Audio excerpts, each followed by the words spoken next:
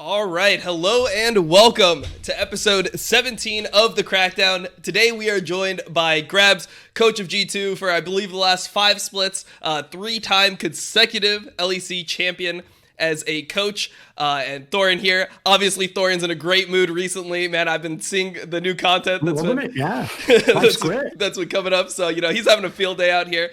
I know a lot of people are going to join the show. They'll be like, oh, they're going to talk about the fucking TSM drama the entire time. I think we've all given our opinions on it. Specifically, on Twitter, I know Grabbz just said that it was just an entertaining time for everyone. I guess, yeah, on the other side of the pond. Thorin's given his takes on Summoning Insight. I talked about it a little bit. But the one thing that I think that we could jump into is the recent post that was made by a lawyer, which we don't actually know is a lawyer, provided no evidence of being a lawyer. But there was a post on Reddit recently, which I'll link in the description, about TSM and from a legal perspective, everything that they've done, what a conflict of interest is. And I think that this was actually really interesting because, not because of what was said in the post, because I think it was pretty much outlined. I don't think that Thorin, myself, or you, Grabbz, obviously, would have thought that any type of legal consequence would happen because of the developments with Lina leaking the player worth of Darnak, etc. But I thought it was so crazy to see how the community just instantly just jumps on what the last person said. And it's honestly just, like, you'll see one Reddit thread of Thorin making a video, have a bunch of good points. They'll be like, oh, he's right. And then literally anyone could say anything opposing it and claim, oh, I'm a lawyer, no proof or anything. And then suddenly that guy is now right. He's the messiah. He's the most objective one in the situation. So I thought we could talk a little bit about, his post and, I know that Thorin read it specifically, what that necessarily means for the league and like how that, like what the problems are of somebody like that being just believed without any type of credibility, because I think that's really unhealthy right now for our industry, that people can just come out and provide no context, no evidence, and then actually are provably biased, because we can see from this guy's Reddit account and the post that he's posted on that website that he is a TSM fan, or at least he is very interested with TSM. And how that's just kind of like perpetuated throughout the community is like, this guy must be right just because he's a lawyer. So, I mean, which itself is obviously a fallacy, as an appeal to authority. Like, and in this case, not even authority. We verified. Like, This could be a guy who's a law student. I'm not saying he's not a lawyer. I'm just saying that's, if that is your entire basis. Remember, we don't know this guy aside from this post, so he doesn't have like a back record of doing interesting articles. None of that. So we already know him because basically the storyline is lawyer says there is no conflict of interest. That would be the headline, right? If you were to rewrite it, it was a newspaper. There's a few problems here to unpack, though. First of all, as you say, things like that, I think on the topics of like economics and law particularly, because to most people they're like magic, like no one knows what the fuck those things are, they're super complicated, and even when people start explaining it, you just get lost in the terminology, like what the fuck does that mean? Like, I don't know what the fractional reserve banking is, whatever the term that they've heard is, right? It means that people just do blindly trust authority.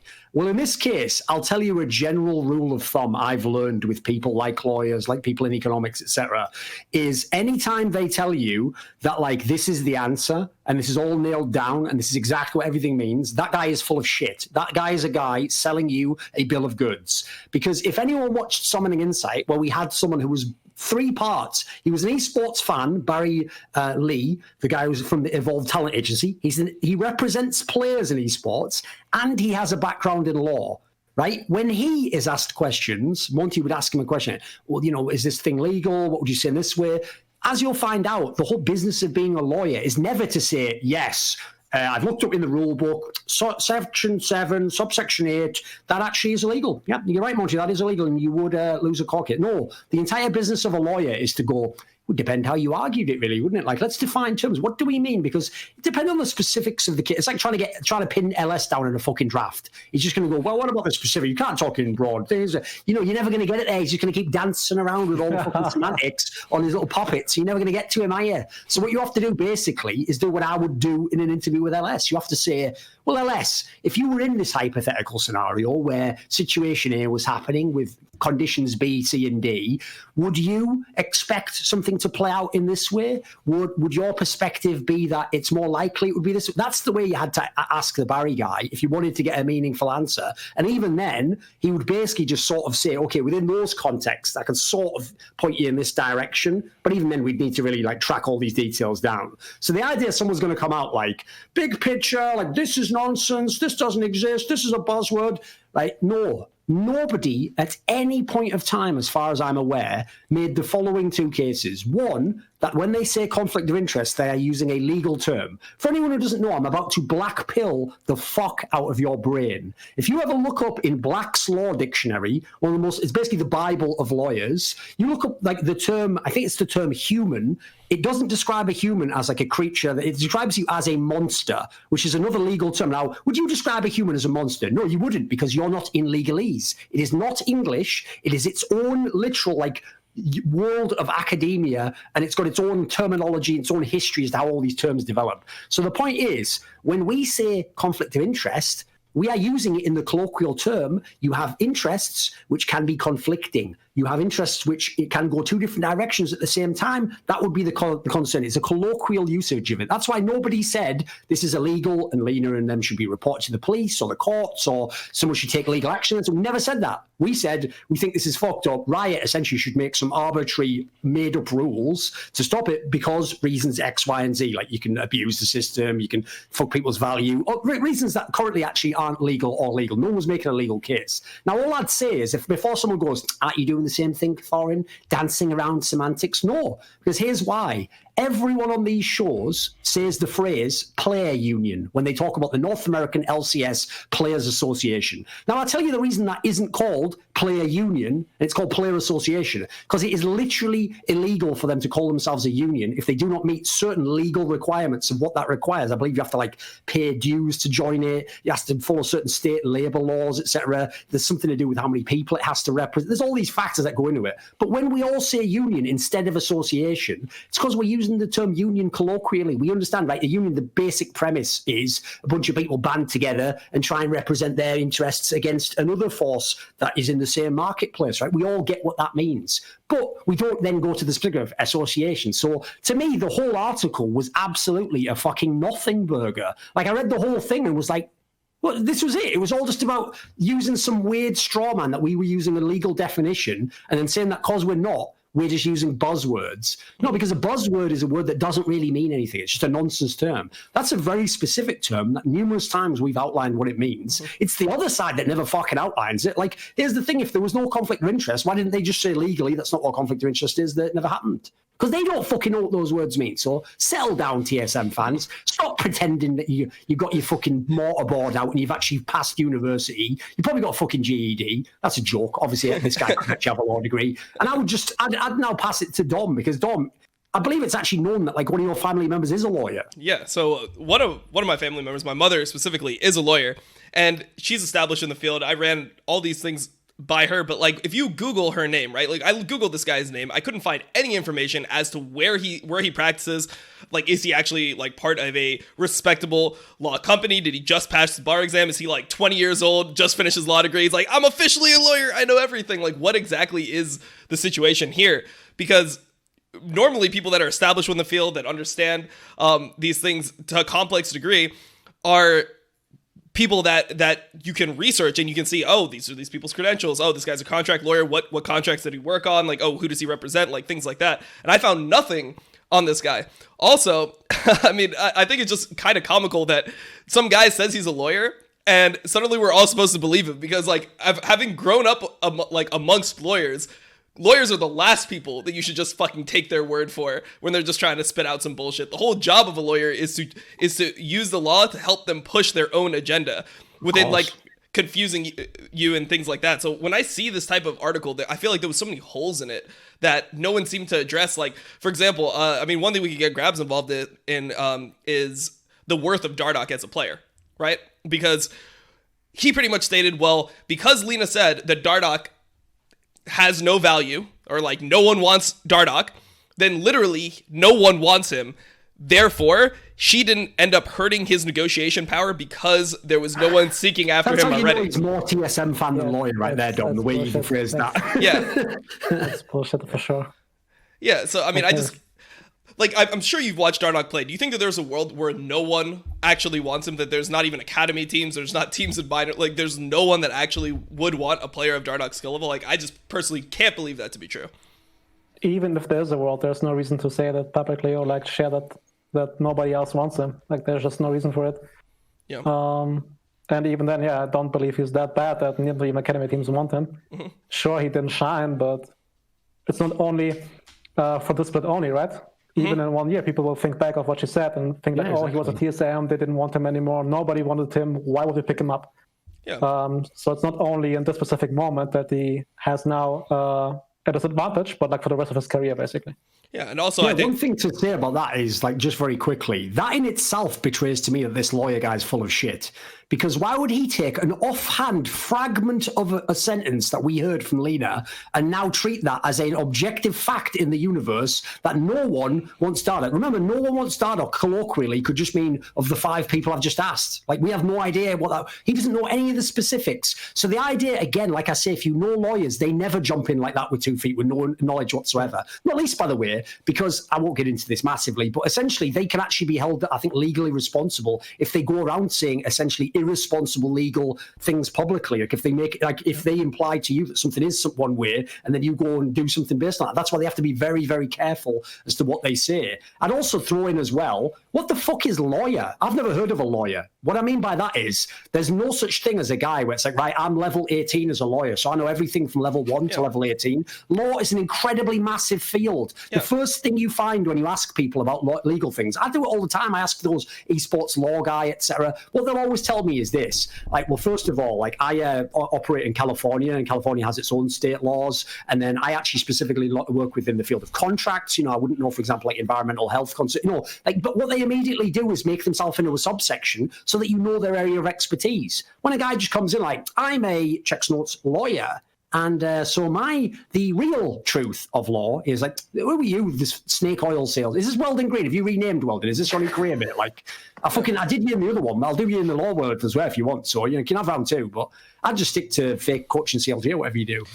Yeah, I mean, I think the problem here that I had as well is that when this guy is clearly biased, and he obviously doesn't prove that he's a lawyer anywhere, which I'm sure that, if he's actually a lawyer, he will do at some point because people are starting to call it into question.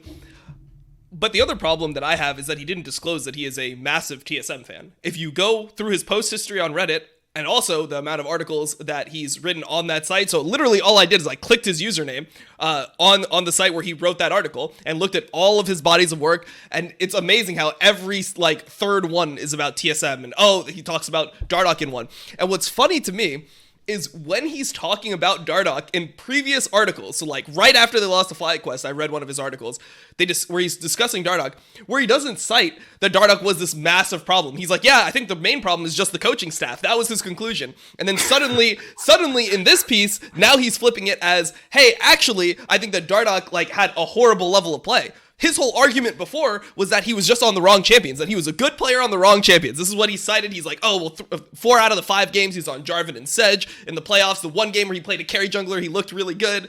And, the problem is that they're just not putting him on enough carry junglers. That was his fucking take. And now suddenly it's, anyone could argue in a court of law that he underperformed. It's like, what the fuck? Like, if you go through any fucking analyst and expert's account of what happened during the season, no one had him as this dog shit 10th place jungler.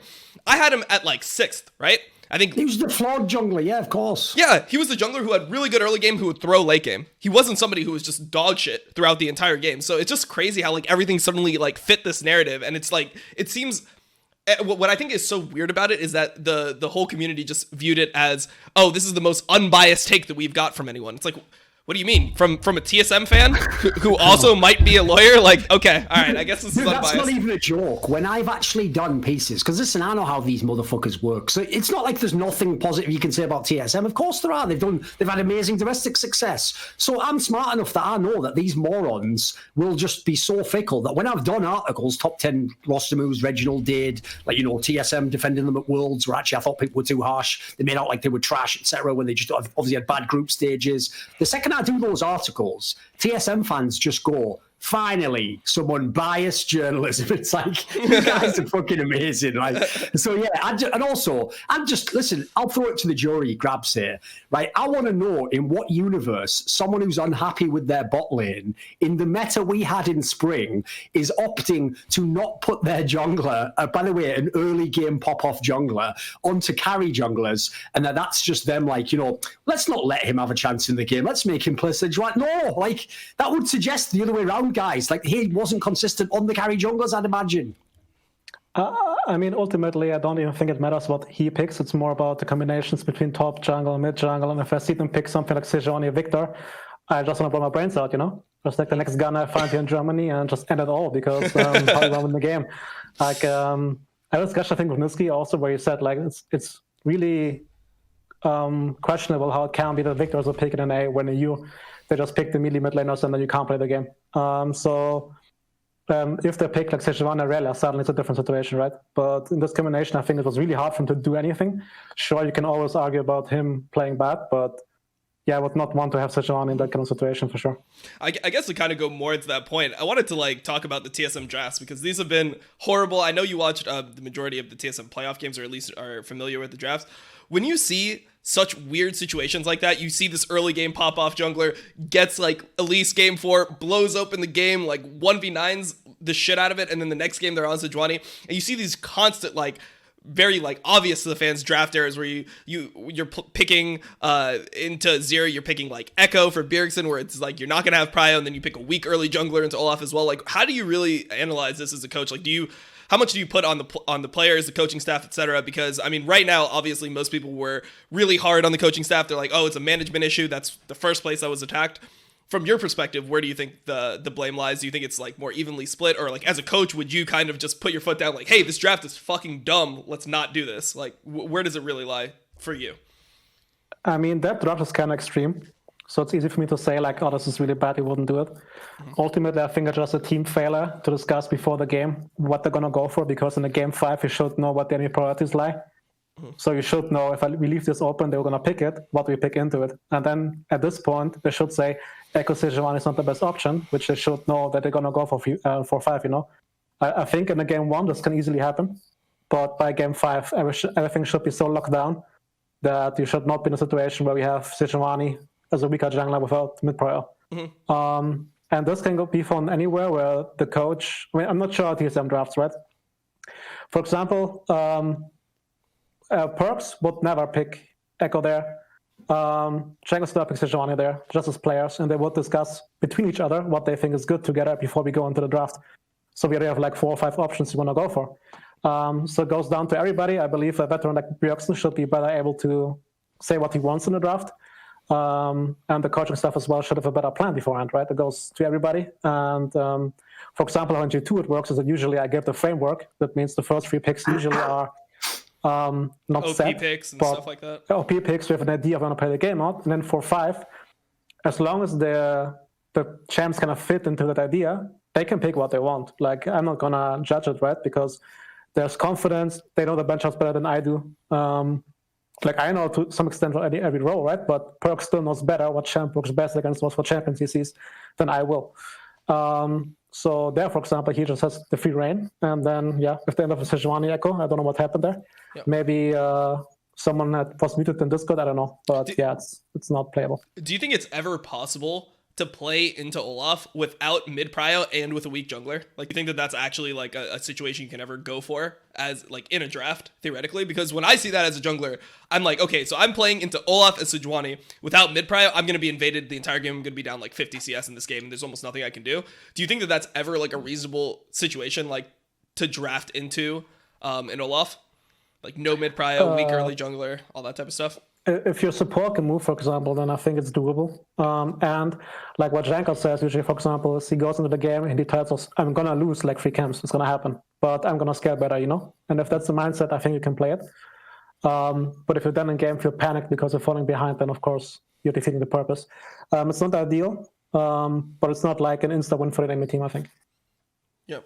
By the way, do you want to have a little chat now, Dom, since obviously we know Dardock's probably out of TSM. Do you want to have a little chat about him in the split and my thoughts? Dardock? Yeah. Yeah, sure. You want to do that? Right. Here's my thoughts on Dardoch, right? Is it never was about Dardoch as far as I can tell in the community. Like, I actually do agree with the sentiment I've heard by a few people. I actually saw it in Loco Doco's video that why were all the fucking casters making it sound like he was the best jungler? Like, they were literally taking a fucking Reddit narrative and going way too far. I would speculate, pure speculation. What they did was this. Yes, he got loads of early leads, which makes you look sick as a jungler. That's not jungling, though. Like, that's the first portion of being a jungler. Then you've got to ask, what do you do with the lead? A jungler who has leads and doesn't do anything with is a shit fucking jungler. In the same way as I don't care how many 4-0 leads Abidage has in mid, if he doesn't ever fucking carry those games. Like, that just shows. It actually shows, if you think logically, you're worse than some of your peers, because some of them don't even ever get a lead and win the fucking game. You're basically in a game where your character literally snowballs money, which goes into items, which go into your stats. You now have better stats than your opponent, and you can't then win the game with better stats. You can't win with advantages. That suggests you're actually an inferior jungler. You're just superior at one minor area of the game, which in certain scenarios can be a major area if your team can play around it. But if they can't, you shit out a lock. Everyone knows who's played fucking Lee Sin or back all in the old school. I mean, modern day would be like Pyke. Old school would be Lee Sin from like season 4 or whatever. Yeah, it doesn't matter how many kills you get in the first 5 minutes. If you just wait till 35 minutes, it means fuck all if you haven't done anything with that point in time. You actually are leveling off. So what I would say is this. I suspect that the casters were so eager to, please TSM fans, if you don't think that's a thing, I'm just going to have to leave it to the jury of public expectation. It is a thing. And then 2, I would say, I might have said A there. So if that was A, then this is B. Then B would be, they wanted to believe the narrative of this guy's turned it around with his career. Like, he's not a toxic element anymore. He's going to be a good guy. Let's not give up on, let's not judge him too harshly because he's just gotten into TSM. Let's give him a chance. Everyone wants him to succeed. I actually thought, I said this to Loco on Twitter. The thing that kills me about the Dardoch thing is when I have motherfuckers telling me when I wrote that article about all the problems he'd had in his teams. And as I said, he'd had even more problems than that, but just ones that I couldn't confirm or corroborate. So I kept it to myself. I'll just say this. The idea that I'm a Dardoch hater, homie, please. Are you for real? If anything, I'm supposed to be the guy who's overrating him for years and years because I've always said if he ever gets the right team and he ever actually gets his shit together, I think he will be one of the best junglers in the entire West. Like, I think he could be an amazing player. But I'm not going to bullshit people and tell them that he is that now. That's nonsense. So to me, that whole angle, like, my whole take on Dardoch is this. I'm not happy he failed just because he was on TSM. It's like that gif of Tyra Banks where she's like, we were all cheering for you. We were all cheering for you. Like, that's what I feel like. It's like, motherfucker, we wanted you to succeed. You're the one who did your own career in. And which leads to my other angle, which is this, is I'm glad Loco actually said it. Like, I don't know, did you ever address this on Face Check, Dom? Did you guys ever actually address, like, that Dardoch was wilding out behind the scenes again? Yes. Fair enough. We talked about it, and the context clues are there, right? Like, if you watch TSM Legends, right, they always went deep into, like, player interactions and things like that, behind the scenes, what's going on. Like, if there's ever any, like, disagreements between players, those were normally aired. And they would say, like you'd hear, Biofrost being like, there's a lot of red energy coming out of Dardoch. And that was like the most neutral thing that they could say, where it's like, what do you think fucking red energy means? Like, yeah, but he's better now, right? He's better now. Like, that was the whole narrative. But he filled his Naba. It just there cannot be a situation where everything changes and it's like, and then conveniently he's not on the team anymore. And no one wants to play with him, according to your president. It's almost like everyone in the scene heard Dom. He's wilding again. By the way, this was the whole premise of why I made that article, was that anyone who because that's always the story with everyone who's labeled toxic, is like, everyone thinks that these people have like fucking religious conversions, although they're like, well, they used to be toxic, but now they're actually the ideal teammate. Like, why do you have to oversell it like that? You know what I think? I think Doublelift is 85% as toxic as he ever was. He just learned how to polish enough of the rough edges off and then start winning so that people now don't view him as a toxic asshole that ruins his teammates. They view him as some Michael Jordan figure who elevates his teammates. Like, it's just a spin of the narrative. Like, I actually think he had the wrong teammates. He had a bunch of people who did collapse mentally. I'm talking about Doublelift here, and people who wanted someone to blame and didn't want to be the leader. And then when he was the leader and he played well, but they didn't win, they could just blame everything on him. When he got around a bunch of winners, so like, we want an AD carry to tell us then it was brilliant. Like, I think it's way too black and white on all these issues. Yeah. I mean, the joke there obviously is, of course, everything with TSM fans is black and white. That's why they put all the fucking reasonable comments grayed out at the bottom of the Reddit thread. Mm-hmm. Makes sense. That was a line I already had from before, I'll admit. I delivered it too well. I should have made it like, pretend like I was thinking it up on the spot. But Just to mention, because you talked about Doublelift right now, I think he's by far the biggest winner of this whole Lina fiasco. Because as a coach, I'm not like, how do I say it? Not mad, but I would not want to work with that person as a coach. The way how he left Team Liquid, and I think it was not professional. If he doesn't want to be a leader and feel motivated, it's fine. And I even defended him because I thought that's something he told his teammates beforehand, and it's fine. You know, we all feel down at some points. But apparently, Jensen was trialing for his life, and then suddenly Doublelift didn't want to. Then he's benched for a week, and then suddenly says, "Oh, I feel motivated again." Then you're talking bullshit. That's not how it works. Like, you're not suddenly benched for one game, and then suddenly you have an epiphany, and it all goes back down to you. Then he shit talks his coaches and teammates publicly in the streams, and then fucks off. Like this guy is a 10-year veteran, the star player of the region, and behaves like this. So again, if you think about it, Grabbz, he's done that to every team. Yeah, and listen, it's true. If you kick him out, I get that. That'll make you salty, but he does always shit talk them on the way out. Yeah, and like, if you can't be a leader, that's fine. You can't change anybody to be a leader, right? That's not a criticism, but at least be professional. And like the way he left, I don't know. Like, if I was a coach, I would not want to work with that guy. And then suddenly now, instead of that being the topic, everybody welcomed with open arms, and then suddenly the Lina thing happened, and nobody talks about Doublelift anymore. At least it's my opinion. Maybe I'm wrong there, but I mean, I worked with players who are hard to deal with, but they would never shit talk their teammates openly.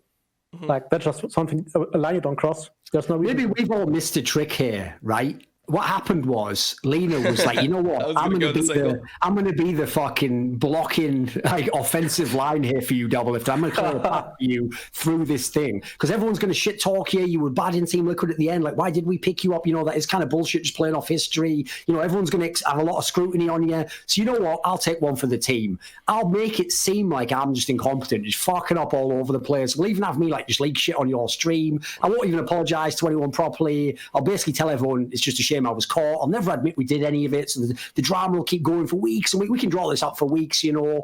And then eventually, obviously, you know, people will forget. You'll start playing, and everything will be great again. And then when we all do that post after the first week, when TSM goes 2-0, she's just going to stand up like fucking Ozzy Mandius and Watchmen, like, I did it! So all the monitors are like, Doublelift back! Oh my god, he's back in business! TSM to be the champion. She's going to think she's done it at that point. Yeah, no, I mean, I think that everyone just had the meme wrong. You know, like, everyone was posting on Reddit that it was Lina and TSM like sleeping in the bed, and then there was the Reddit mods taking all the arrows, blocking them from all criticism. It was actually just Doublelift sleeping in the bed and Lina blocking all the fucking arrows. By the way, I didn't bring this up because I actually went out of my way not to make this about their relationship. But can everyone just for a second, listen, imagine I'm explaining to you why you're going to enjoy this wine. Before I give it to you, you don't just taste it with your like common man's palate that knows nothing. I'm going to explain to you how, you know, the fruity overtones and the volume and the body, as I know fuck all about wine, you can tell. So I'm showing you how someone would sell you the wine, right? All I'll say is this, right? Lina has a pinned tweet, should still be her pinned tweet to this day. It just says, it's not that hard to not be a dick, right? Her long-term boyfriend is Doublelift. Just take a moment to soak that delicious irony in. By the way, like I said, one of the greatest winners, one of the biggest dicks to ever play in NA as well, like hands down. Like this is a guy where he even has ex-teammates that are like, oh yeah, I loved winning those championships with him. And it's like, would you like to play with them again? Like, yeah, that would be something like it. No. Oh, come on, man. Like, I know self-awareness isn't really their thing over at TSM. It's not really what they're going for, but give me a break. Give me a break. So I guess to jump back to the Dardog topic, I had a bunch of conversations actually with Grabbz about this privately, because during the split I didn't know what the fuck was going on with like all these engages, like all these suicide engages. So there was a point so I was sending Grabbz just like clips on clips of suicide engages from Dardog, and I'm like, what is going on here? Like, how can this player get so many leads and just throw them in this manner over and over again? So I guess my question to you, Grabbz, is like, when you see that, do you think that that's like recoverable? Do you think that that player is just like incompetent, or like are you seeing it as like, oh, we could fix him, we could potentially like because he's getting the early game leads, like that's a huge part of jungling, we could actually work him into a team environment? How does that like really register to you? Like, just given, like, does he actually misunderstand how jungle's supposed to be played essentially? How big of an issue is it? Okay, here I don't have information, right? And I don't watch an A enough to actually give a first opinion. Yeah. But I always see the TSM for like forever has this opinion of perfect league and trying to play by the numbers, right? We just right now talked about a jungler who does not play on his leads. I can see a world where when they start losing, the guy feels strong and feels like they can win a fight and really wants to force it, but his team doesn't let him. But at some point, he just runs it down. Which of course is a big criticism, right? I'm not saying he should do it. Like he's losing the games by himself. And the clips you showed me are like really extreme. There's no thought process behind it. But if this is a guy who tends to have pent-up frustration and because it gets worse and worse, I think it's just a result of that. Also, just my overall opinion on Daruk is that I'm at the point, or we should be at the point, where junglers at TSM should get the benefit of the doubt. Just because there's no way that so many junglers in a row just won't work. Exactly. Especially because they all get good when they leave. That's a really good point too. Pretty much. So even though like the points you showed me and his play wasn't good, I do believe that he could still should be able to find a different team and maybe shine. But I mean, now of course nobody wants him. So it's so ridiculous. By the way, even for like some people don't get that, right? It's not only about teams making an offer, but teams could be thinking about him, and that comment alone shies them away from actually making the offer because they believe, are we the only ones stupid enough to go for him? So they don't even get in the conversation status, right? That definitely exists, by the way, because the reason why I know that exists is I've heard stories of where someone's like marginally interested in a player, and then it's once they hear that there's a bidding war that they suddenly like talk themselves into it, like, well, fuck, if they're trying to get it and they're our rivals, like, yeah, bid anything you want, and they end up getting the player, and you're like, dude, I thought you didn't even really want that guy. Like, I've heard that happen in a different context. Like, I think 2 years ago with Odo, where like a random Twitter account made a leak about Odo getting an offer and being on a team, and then all teams were like, okay, no point in going to him. And he ended up being having a bad contract or something. Like owners, I mean, this is the whole owner discussion, right? Or like GMs are not informed enough, and they just take gospel instantly. So this really kills careers.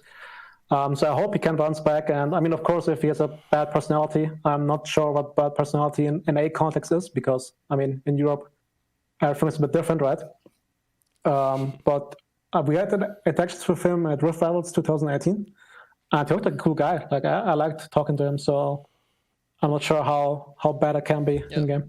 And even what you said there, I would kind of extend that to all TSM players. Like I give most TSM players the benefit of the doubt now, not just junglers when it comes to like bad play within that organization, because almost every single player that has left that org has just looked better afterwards. Like Svenskeren when we went from TSM to Cloud9, Sven most recently.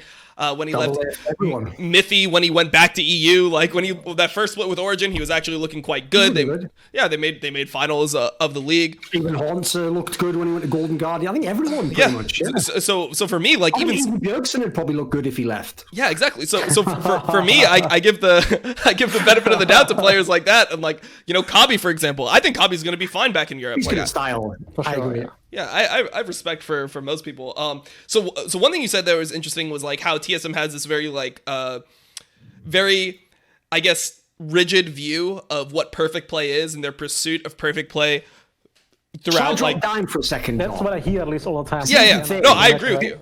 I've heard. Well, won't say where from. I've heard that a lot of that still comes from Reginald in the way that the coaching staff over the years has been drilled to think of like roles like jungle and what you do with leads, etc.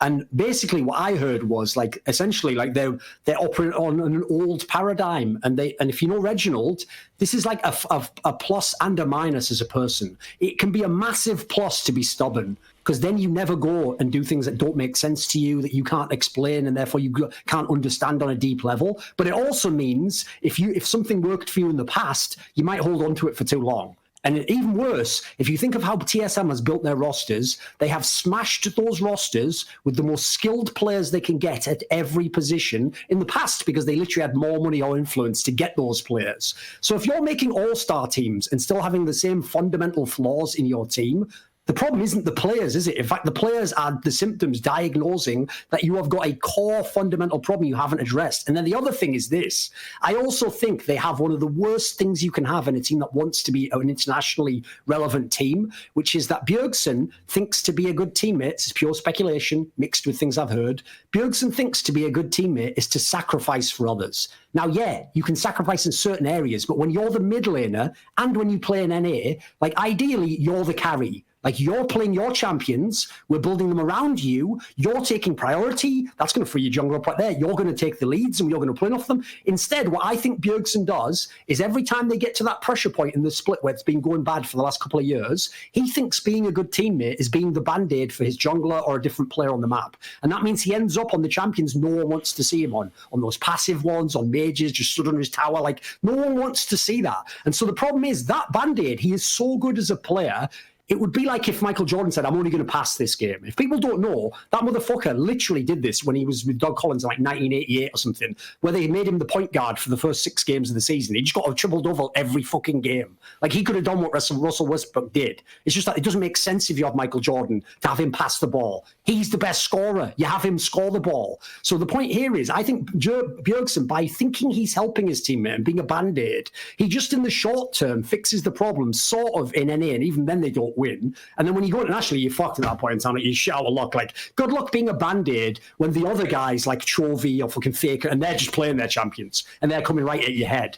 And they've got a sick jungler because they haven't had any of the issues I've had all year. So, like, and a lot of that speculation, some of it's just theories I'm working on, but I think there's something to it personally. Yeah, so I mean, I guess the question I wanted to direct to Grabbz is like, how much do you value the open-mindedness that G2 has, for example? Like, how did you develop that? Or like, do you think that that is like a huge part of why G2 is so successful, that there's so much trust and people are willing to try different things? Obviously, most recently, this can be like the reference point that people are going to jump to is the Cog Lulu that you guys were pulling out in finals, where like, you know, Caps just randomly woke up one day, he had like an epiphany, he had a dream, he was thinking about the ugly caterpillar, and then it's like, okay, let's bring it out on stage, and you guys were like, okay, we trust you, Caps. Like, how much do you value that within your own team? The story, we had legit like a 3-hour draft meeting the evening before. I come back and those guys like, we play Kog'Maw. Like, we never play Kog'Maw. Like, what are you saying? Yes, we play Kog'Maw, it's good. Like, you know what? You know, there's like this military saying, no plan survives enemy contact. No plan survives G2 player contact. Like, no draft, I mean. They're all just crazy in the head. But the thing is, it's a luxury, because the less you need to have time to like work on fundamentals or other issues, the more time you have to be open-minded. But whenever you're fixing something, there's not a time to be open-minded. For example, if we saw an issue in our play, we would not, in that scrim blocks, have creative drafts. We would have lockdown what we want to play, work on it, right? And we're just a team having less of the common issues other teams have, so we can experiment. Ultimately, though, as well, if we don't get enough time to practice it, we end up with a Pike mid lane in the World Finals and then lose the first game against FPX. So it is a double-edged sword. But then again, though, mate, if you had won those games, that would also be like the Kog'Maw story, it'd be the most god tier story. And you know, they just put the shit out like it didn't like even expect it. The Pike top and SKT as well. Pike top, and you win the game. Like, the first game we played it, he was like 0-3, I think, and very far behind. And I was like, oh my god, the trolling and picking Pike top, and then he gets the kill to suddenly, oh my god, this pick is so fucking great. So that's just how it goes, right? So if it wins, the player's great. If not, I have to answer why I picked the champion. But it's fine, right? But I think ultimately it just comes down that, again, in G2, we're so unique that every player has the highest respect for his counterpart. I can guarantee you in other teams, when there's always this one star player, he decides what is played. Look at Doublelift's testimony. Look at Doublelift's testimony recently, what he just said. Like, how could that be unbiased? But yeah, I mean, continue with the point you're making. And here, for example, if let's imagine a draft, right? And even in the draft, Caps will tell me, I think Kog'Maw is good here. I could say, I'm the coach, no, we didn't practice it, or I should give him the benefit of the doubt because he will not int me in draft. He will have thought about this. He will have overview of the enemy champions, and then deduct from that one that he thinks Kog'Maw is good, right? That's how G2 works. Like, we just know that we're not going to get inted by our teammates from crazy ideas without them actually thinking it's good. Do you ever do you ever just point out things that they might have not like reference, where you're like, oh well, okay, like, you think Cog is good, do you understand like this concept of this team comp, like, hey, like they have like extra dive, like, are you considering this? Do you add context, or do you ever just like strong arm it and be like, no, we are not picking that champion? Ultimately, the only thing I really want from a player is that the pick got mentioned somewhere. So if, let's say, a week ago he told me, oh yeah, maybe in this scenario I can pick Kog'Maw, you know, then I know Kog'Maw was in his head, and my players are good enough to just pick up a champ like this. Like, Kog'Maw is not hard. It's like, you have W, you fight. You don't have W, you don't fight. That's basically boiling it down, right? So again, just trust in each other. Sometimes it also goes south in the draft, and then suddenly we sit there afterwards to say, "Why did we pick the champ? We didn't practice it." But ultimately, that's just how G2 rolls. And again, I think it's a luxury. I don't think it's that easy to pull off. But ultimately, also, I think it comes more about general gameplay as well. How you take fights, how you enter certain scenarios, which is something we worked on a lot going after the Mad series, where we actually took a look at what fights we took, not only what champs we had, but how did we enter the Drake area, for example, right? The Ziggs teleport top with the Syndra ult on him into the middle of the wave. Stuff, right? Ultimately, then it's less important what champs you pilot if you actually know how to play the game correctly. Is that a frustrating predicament to be put in as a coach, where pretty much no one can actually know what you're doing from the outside? And if your players perform well, they're getting all the credit. But if the draft ever, if you guys ever lose, the first thing that people look at is the draft, and you just get shit on randomly. Is that a fear of being a coach? Because obviously you've been really successful recently, so most people are gonna praise you. But do you ever worry about hey, if this G2, and this is something we've discussed on the show as well, if this G2 lineup suddenly starts losing games, the first person that they're probably gonna blame is you. How does that feel? I mean, it's part of reality, right? I don't have any strong feelings towards it. I think also to an extent this is what a coach should be, because it's my job to make sure the confidence of players are high, especially for the best of five. The best thing I can hear in the best of five is if they come back and say, draft's fault, Even though I feel oh my God, you're talking so much bullshit, it's good, because that's a very easy mistake for them to fix. They say, okay, draft, we couldn't win. We couldn't win based on draft, that's good, because then they have the confidence still. And they believe if you have a good draft, we insta win. And then we can go into discussion, okay, what is a good draft for you? What do you feel confident in? So in a way, I'm happy about this, right? It makes certain things easier. In the beginning, it wasn't even Rocket back then, right? That drafts was a thing. It kind of got to me a bit, because of course nobody wants to be shit on. But in the end, I think at this point, I talked to my peers enough and to my players, and I know that in the end, if they actually had an issue with me, I wouldn't be here anymore. I mean, that's how G2 goes. If I was bad, then I would just be fired the next day, basically. And that just gives me enough confidence in myself to be able to deal with it. I don't mind, really. Yeah. I guess one last thing that I would want to talk about there is, this G2 era right now. We are in currently the G2 era since Caps joined, where you guys are the most dominant team. And you guys have been winning everything in Europe for the last 3 splits. You guys won MSI second at Worlds, etc. How do you perceive this era? What do you think could cause it to end? And let's say it did somehow end, what would you be comfortable doing afterwards?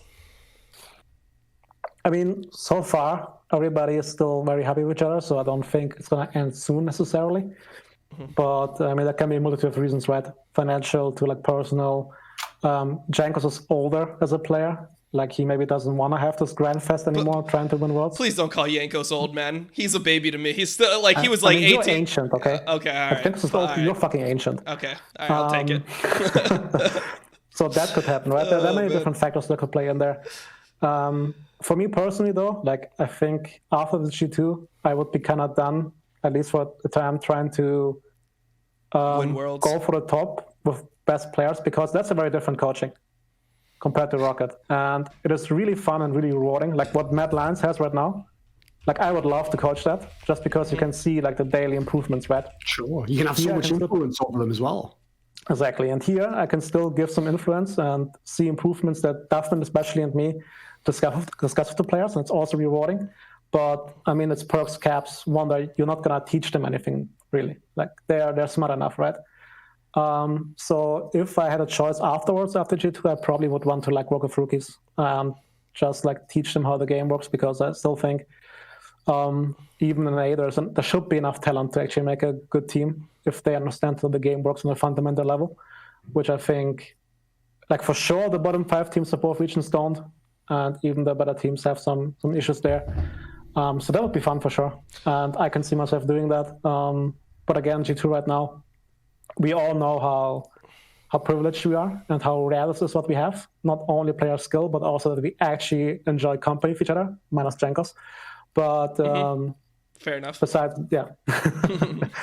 Yeah, I mean, the Polish-German connection is not always there, right? That's been historic. Listen, I'm going to be straight up and tell everyone, like, the rule goes like this. All the good junglers, basically, I mean, me and Dom have had this conversation many times. Like, that's where I came up with that video where I basically said, like, it's not the fucking jungler, it's everyone else. Like, the jungler is just the most attacked motherfucker in the game. So if you're a decisive jungler, you almost have to be, like, even in a team, mini at war with your laners, because you have to explain them why I'm not going to fucking come to your lane right now, and I'm not going to fix your wave, because I have to do something else right now, and I can't just let this other guy get ahead of me in the jungle in a matchup where I have to farm. Like, you know, there's a million scenarios you have to explain them. So as a result, the junglers who are the really nice guys, awesome guys, you'd want to have a beer with them, you want to sit back, you'd want to go, I don't know why you joined Team Liquid, but you should have stayed in Fnatic.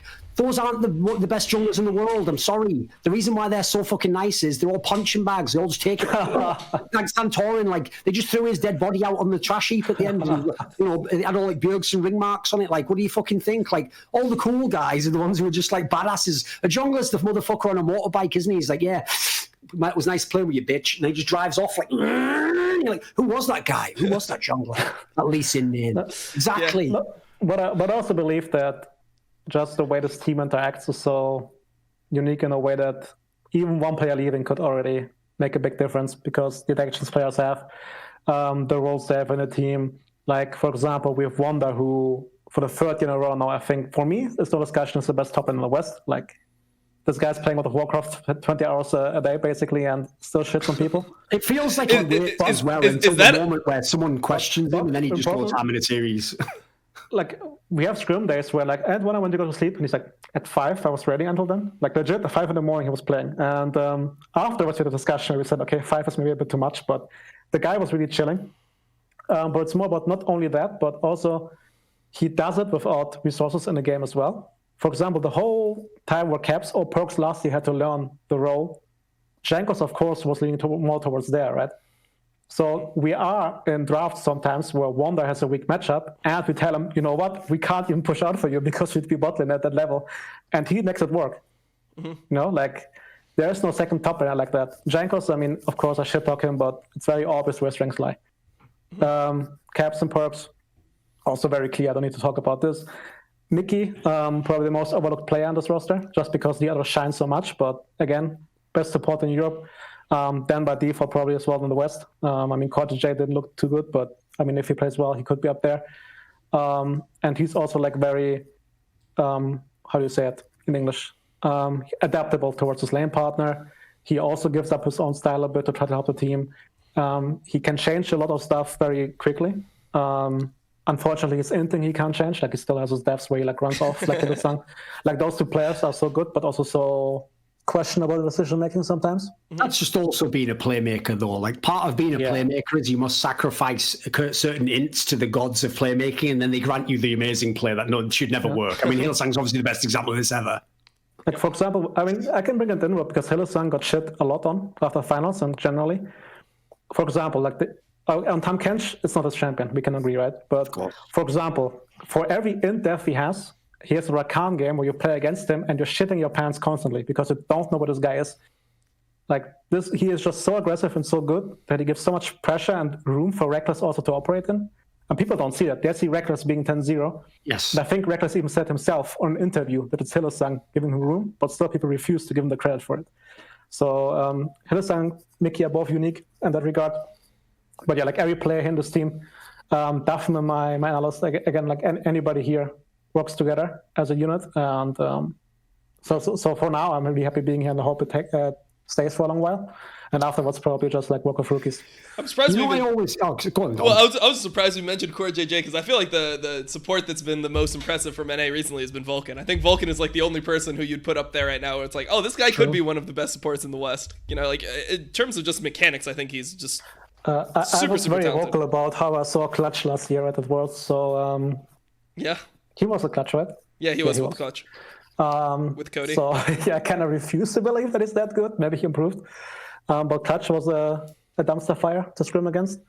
Yeah. I mean, they were a bad team. Admittedly, they were a bad team. Yeah, They shouldn't have been there. They shouldn't have even been at Worlds. It should have been CLG or TSM, but they just collapsed due to management again. So it's like this. I don't know. I mean, it's this constant thing. And Jerry Cloud9 is just so weird because I do believe they're really good. Like what they do in game makes sense, but I just can't now. Like their positions is EG and FlyQuest. Yep. Like, for example, I meme Origin every time I can about them playing slow, but Origin for sure would be second place. Like, maybe Cloud9 is better, but there's no question that Origin would smash the rest of the league. That's actually the team I always say I would want to test Cloud9 against. Is like, if Cloud9 couldn't break Origin, forget winning LEC. Like, the difference is there's nobody in NA can do what Origin does. Yeah. But no, the thing I wanted to get into was this, right? So one of the things I always credit you for, Grabbz, it's such an underrated aspect, and there's a lot of great coaches and managers in sports who've done this, which is play defense. So Jose Mourinho's an obvious example, like Pep Guardiola. Half of what they do in interviews is keep you off the trail of what the real problems are, like explain why a guy who, you know, with your eyes looked like he played like shit actually was doing something secret that you don't understand. Like this, there's an art form to doing this, right? Like it's almost like drafting in itself. You're playing a chess game with the journalists basically, and you're trying to see if you can drag them away from this opinion towards this one. Sometimes you even do it if it's during a playoff run to potentially set up shit in the team's mind, the opposing team's mind for the game, right? It's obvious, it's psychological warfare. But here's the problem, Grabbz, you're too good at it, mate. So the problem with being too good at playing defense is this. I have a very good memory, and I will bring up the defensive points you use later when they contradict what you're saying. Two little pieces I'd like to bring up for the court. One, Grabbz and all the other members of G2 were heavily pushing the narrative from the lower bracket of playoffs onwards that why is everyone talking about last year's team when Perks was the AD carry? Because actually, we consider that team to have been worse than we are now in spring, and that the level for most of the year, aside from the spring split of season 9, just wasn't actually as good. And, you know, they had a lot of flaws, and you guys are overrating them. Like, just because we won those series at Worlds, and just because somehow we won against Fnatic, because they kind of fucked up those best of fives, you know, don't take it that that team was better. It wasn't. The current G2 is better. So, one, that makes it ridiculous to then swap the players around. And then number two, there was no problem with Caps. He was really good. By the end, he was starting to get his understanding. It was all awesome. And why switch? Sounds like everything's going great, mate. What happened? What happened in the time span between the end of that episode and this episode? And the world's changed now, so come on. Basically, what we mean by saying this is a better team, it's not about how the players individually fill their roles. It's about how we as a team identify mistakes and or game plan in the game. Very easy things, for example, is how you play on Drakes changed a lot. And we were never, like, last year, for example, we had a series against SKT where we lost every Drake and we won the game by trading. And now we actually learned and like make a conscious choice if you want to have the Drake or not. Like we actually know have to the season anyway, right, with the Dragon Soul. Yeah, for example, we were never a team last year who actually, like, we really hated game plans and comps because they're so limited. So basically, everybody should be able to fill every role. And League is so dynamic that we should be able to find every position. Now, for example, I think we play those Kog'Maw Yuumi comps really well in a way that the only thing you have to do is protect bot lane, which is really weak. But we do it efficiently. And we do it as a team again, right? Vision setup is there. We protect them at every dive, which is something we were really bad at last year. Because again, last year was more of free-flowing style and everybody trying to create their own advantages. So our team play improved a lot. And that's at least what I meant, and I think that's also what Perks meant. If we can keep those structures together, then swapping Perks back to AD and Caps mid doesn't change the fact that we improved the team. And basically, the main reason also why we do it is because Caps, similar like Perks after last year, is unhappy playing bot lane. Like, that's just the main reason for it. Because, again, I think Perks is also better equipped as a person to deal with playing a role which he doesn't like as much as mid, whereas Caps is very depending on his mood and his confidence and the ability to actually make an outplay. Whereas Perks is the more efficient person, the more who calculates more, so it fits bot lane better, right? So while, of course, it took a while for Caps to be good on bot, I truly believe that we could keep playing this way. It's just not worth having Caps unhappy over a long period of time, especially knowing that Perks could be equally or even still better than Caps in a position. So everyone just fucking hates playing AD carry is what I'm getting. In G2, yeah. By the way, they've essentially just admitted that Eddie carries the role of fucking socks, haven't they? Like the mid laners. Finally, we got them to admit, Dom, that it's the worst role. Like, yes, finally. I mean, we kind of forget that Grabbz was the guy who towered over to every opponent, right? And now he plays a Fidos and he's like, I'm pushing minions, guys. And he sees, I mean, Perks also had a Zir, so it's the same thing, kind of. I also feel like you get. Here's the thing: even if Caps had gotten to an identical level that Perks did, from what I've heard from his teammates, it sounds like the most OP thing about having Perks as the bot laner is he literally, obviously, not only understands mid lane, but always was a player who understood jungle. So he can shot call from a lane you don't traditionally do shot calling from. Like that's the role that normally is. They're listening to the plan and working with. Like it sounds like it makes him mad OP when he's in that role because obviously Caps already does his own thing in mid as it is. Yeah, I mean, Perks is the guy who's the most vocal. We really had the term shot calling as well. Like, there is no shot caller in a good team. What do you call it? Should understand the game. Everyone it's basically talks. Giving options, basically. Like, Perks knows best when to give what option and how to communicate effectively. For example, very easy example is that if we go back to the Hyana and Badit roster, a big thing for Jankos was that they told him come bot, but he had no idea what they want to accomplish, what they want to do actually, and how to execute. But Perks, for example, is very easily able to communicate those three factors in very short time span. That means he says we can do this now, and we all know, okay, this is the plan, this is how we execute, we go there. So this is a strength, right? He doesn't say you have to come bot, he just says if you come bot, this happens. Then Wanda can say, on top, I can get this. And then Jankos, again, this is why he's MVP for this team mostly, makes a decision where to go and how to execute on it. And so again, he's not the shot caller of the team. It just Perks is like also, I think, most able to see the map while playing himself. And this is something that, of course, sounds simple for a pro player, but I mean it in a way to actually think about 2 minutes ahead, what can happen, what they all do, what we want to do. So usually he's the one talking the most, but his voice doesn't have more value than other voices. There's often in the game where he says something and Mickey says, "Oh, do this instead." Okay. And then just go somewhere else. So there's no shot caller, but yeah, Perks is unique. And I think at this point, who doesn't see him as the best player in the West ever, then I don't know what to tell you. Then I don't know what rock you have been living for like the last 10 years, but there's no second. Maybe if he and Caps split up and Caps wins another 4 championships alone, then we can talk about Caps being better. But I mean, working with Perks is just a privilege, right? There's not a second player like this in the West. And same though for the rest of the team as well. But yeah. Yeah. I'm kind of being too nice to my players right now. I mean, yeah, it sounds too nice. Like they have other issues. Okay, well, I mean, one thing that you glossed over before was wanting to work with rookies, right? Like, if you left G2, you'd want to work with like a team similar to like Mad Lions, where you feel like you could have like a big effect on the players. Is that partly because those are the types of teams where, you know, you get credit as a coach? I mean, obviously Mad Lions did really well, and then Mac ends up being coach of the split, etc. And like when you're on a top team, when you have as many great players as your team has, everyone just feels like, well, anyone could coach them, they're going to win because the team is just so fucking good by themselves. Is that like part of a way that you could prove your worth, or like how do you, like, what is specifically makes you want to just coach rookies? It's more of a personal fulfillment. I remember, for example, the time at Rocket where we went, I think, 0-8. And then we won 7 games in a row because everything we've worked together clicked suddenly. Just because there are different lessons you take in every scrim board, and you always miss something. But that feeling we had after actually winning those 7 games, and we should have went to playoffs if Misfits didn't int us against Fnatic really hard. Thank you, Hussein, if you're watching, for giving Fnatic Kennen and Shen twice, the only thing they could play at that time. And I think actually, like, Misfits went to Worlds. And I think at that point in time, we were a better team with Rocket.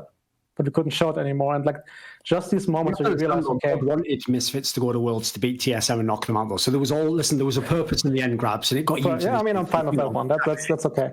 But like these moments are hard to replicate. I can't talk. And for me, they feel equally nice as winning a championship. I mean, it sounds weird, but again, just like self-assuring, and again, helping younger players, especially, reaching a level where they also feel happier and actually feel accomplished. It's also nice when you share that with their players. Like, for example, all players in G2 were good beforehand. So we don't share the journey, let's say, to becoming good. And I think that's something very special. And also, it's just a different, like, I'm not saying this is I want to do it because I like it way more. It's not a difference to G2, right? I'm here now for the third year, maybe a fourth year, and then it would just be a nice change of scenery to have like young players I can teach. We can improve together and make sure they go on the right path and maybe become the next Caps Perks wonder. Let me give you an angle on this, Dom. Right. First of all, listen, I have my connections in the industry. I know things. Like, just because Grabbz is in G2 doesn't mean Grabbz is the highest paid coach. Like, no, definitely not. And by the way, that's totally logical because the role of coach has been massively undervalued for years and years and years. Like, if you even go back even 2 or 3 years, there were still teams that had a coach where effectively the players do whatever the fuck they want, and they just have to have someone be the coach, or there has to be someone who's a go-between between the org and the players. So the market for coaches is all over the place. Like, people wouldn't believe some of the coaches that get paid megabucks and their team isn't that good, and some of the coaches that are on really good teams and don't get paid the mega bucks. Like, it's not the same as in sports where if you are like the Phil Jackson or whatever, some like winner that's won loads, yeah, you also get like the highest salary of all the coaches. That goes without saying because it has its own market in sports in a way it doesn't really. Like, you don't hear massive blockbuster trades of one coach to another team. That tends to be the other team got sick of him. He went on the free agency, said, "Does anyone wants me?" Someone wanted him, and he went like that. There doesn't tend to be the big blockbuster moves, and no one's doing these moves. So I would say, first of all, think of it this way.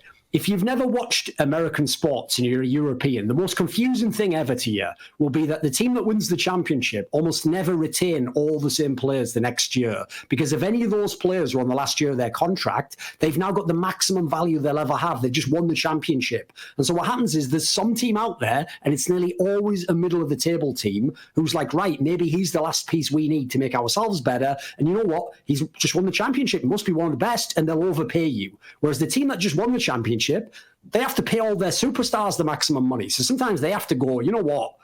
Like, we can pay you something. Like, we'd like to still have you involved, but we can't match an offer if someone's willing to go crazy and maybe splash out like 3 times more than what you're currently worth to us or when we picked you up. We'll just have to try and find someone to replace you for what your old salary was. So there's a world in which he could go to a lesser team and potentially make more. That is the way that actually the esports industry works right now. So I think it's a mixture of it. It'd be a different challenge. He's never done a team like that except for when he had Roccat. But the difference is he could get a Roccat type opportunity, but with more money, and potentially, I think what would be cool is the chance to build the team. Like, imagine if someone came to you and said, right, watch the next 6 months of National Leagues. After that, in the off season, let's work together. Obviously, not poaching, of course. I don't know if poaching it does actually, because Scara famously, like, Doublelift poached Scara. So imagine that, Doublelift poaching. You'd never do something like that.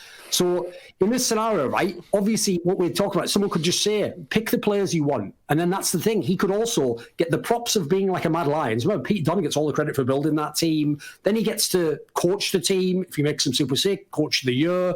By the way, if he ever goes head-to-head with G2 and beats them, the fucking narratives, or they're off the chain at that point in time. Everyone would be saying it was worth the money instantly. So there's a million good reasons to do it, even though I get it. If you only want to win championships and you only want to win today, the most logical thing is just stay in G2 and keep getting better contracts in G2. That makes perfect sense. Yeah. Generally, I do realize that even though we talk about being paid less, like being an esports coach still is very lucrative, right, compared to different jobs. I really hope that it's never going to be the deciding factor for me. But of course, there has to be like the circumstance, right, and see how much actually the difference would be. And I hear about salaries that NA coaches get, and I kind of hope that. Son, for example, he got $300K to coach TSM, and suddenly, like, you know, he coaches half the split, and then by the end of that split, it's like Parth and Reggie have taken over the team, and they're the ones coaching. So I mean, it's really weird over here. I mean, for example, I can say for myself that I would, for example, if you see SNA, I would not go there to coach a team of recycled players ever. It could be Doublelift Burbs, and I don't care. That's not something that I want to do, and I don't care how much money they pay me. But it's more about the project itself, right? Again, if I say, like, I talked to Dom, and I do believe there's enough talent in NA to actually cultivate something there. Like, I refuse to believe that you can't find 5 players who are decent enough to actually grow into something. I refuse to believe that flat out. So I really hope for myself that in the future I can look at myself and tell myself that I only that the project and the circumstances were more important to me than the money. But of course, everybody in esports gave something up to be there, so you don't want to get paid nothing as well, right?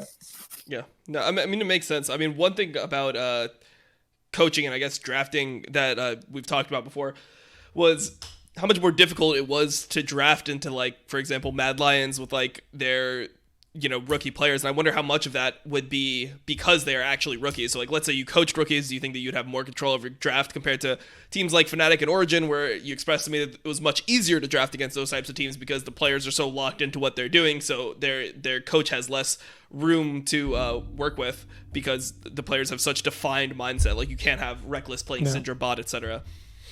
I mean, both Origin and Fnatic had locked bans on blue side, and then best of 5 is over already. How do you win from there? It's that simple, actually. So yeah. So one thing that I guess we could discuss here is the role of a coach within a team and how you see it and what's different. We touched on it earlier, but I think that one thing that people still don't understand is what the coach's job is. I know that you have really good confidence in a lot of your players, and you always talk about how you defer to them a lot about specific lane matchups. And the narrative in, I guess, esports is that the coach is supposed to be able to teach the players on the game, but you obviously see it a lot differently. You think that the players are going to have more knowledge than you in specific circumstances, specifically lanes and how they want to play out certain games. When you get into a draft and you see certain picks, they're going to know more than you. So what is your job as a coach in terms of not only drafting, but in terms of making a team function together? How do you really see creating cohesion within a team and what your job is to make a team better when you already have people that are supposedly more knowledgeable about you, at least at certain aspects of the game? I think the easiest way to describe it is to check biases and to ground them in reality and make sure that they get the right conclusions out of discussions and we actually get to conclusion. And very easy example, for example, is that the Pyke top lane, right? We pulled out in MSI. I think the first scrim, for example, with it didn't go too well. And then players are quick to say, you know what, this doesn't work. And then it's just, for example, my job to say, you know what, we didn't lose the game because of Pyke top. We lost the game because we were 0-20 at 5 minutes. Maybe we should try it again. I mean, that's very exaggerated, but that's usually how it goes. Making sure, I mean, for example, in the Star third roster, it's really hard. I think it's really hard to actually have a good atmosphere. And for example, people have the opinion of G2 being this giga-friendly roster, and we all love each other. But we also have tensions, quite a lot, because every player is so confident in themselves that they, first of all, even though they're open-minded, they want their opinion to be right. And to make sure that everybody gets hit out and we together go forward with the same idea and we agree on something can be quite challenging. And it's not only on me, but to make sure that these discussions don't go out of hand really quickly is really important. And then, I mean, the buzzword of the structure, right? What is structure? Basically, building habits for players that they know what to expect going into the day is really important for them. Not only in-game, but also outside of the game. How do we prepare our day? What conclusions do we get out of the meetings? We have, for example, this split, a lot more meetings than we have had before. How do I structure those? Then, of course, also with Duffman together. And I will also point out Duffman is a really vital part for this coaching staff and this team in general. And I believe he should get way more credit. So how do we work together? How do we work with certain players? For example, one thing I can tell is that I came from the Rocket. And, of course, I had experience in European football, right? I was very naive in thinking, in German football, it's if the coach tells you to jump, you don't ask why, you ask how high do you want me to jump and how often. So I came into esports and I thought, it's going to be the same. And that's as a player. It took me a long while to actually build this understanding of empathy and also how to read person, to realize I can't talk the same way to him as I would talk to myself or other players.